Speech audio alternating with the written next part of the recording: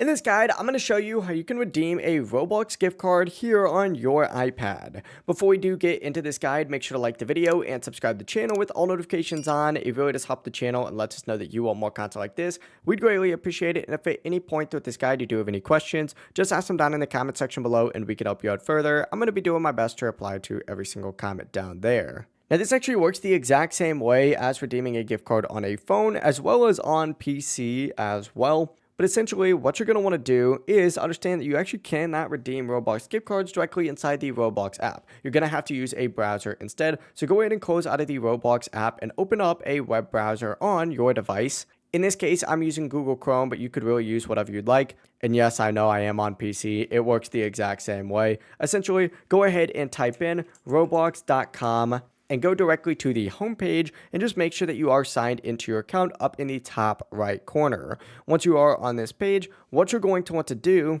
is go back up to the top and you're going to see your little search bar. Just delete the home part right here and type in redeem right after. Hit enter after putting in redeem and it's going to take you to the redeem gift card section here on Roblox on your iPad. Essentially, this is where you're going to want to type in that code because you're already going to be logged in and everything. So just type in that code right here and then hit redeem right after. Now, this doesn't just have to be a gift card. It could also be a virtual item or a promo code. It doesn't necessarily matter. Whenever you do this, though, simply go ahead and hit redeem, and then it's going to automatically be added to your account, whatever it might be, whether it's Robux or any of those other items. It really is as simple as that. If you guys did have any questions, just ask them down in the comment section below, and we can help you out further. I'm going to be doing my best to reply to every single comment down there. Before you do leave this guide, though, make sure to like the video and subscribe to the channel with all notifications on. It really does help us out and lets us know that you want more content like this. We'd greatly appreciate it. Have a great rest of your day, though.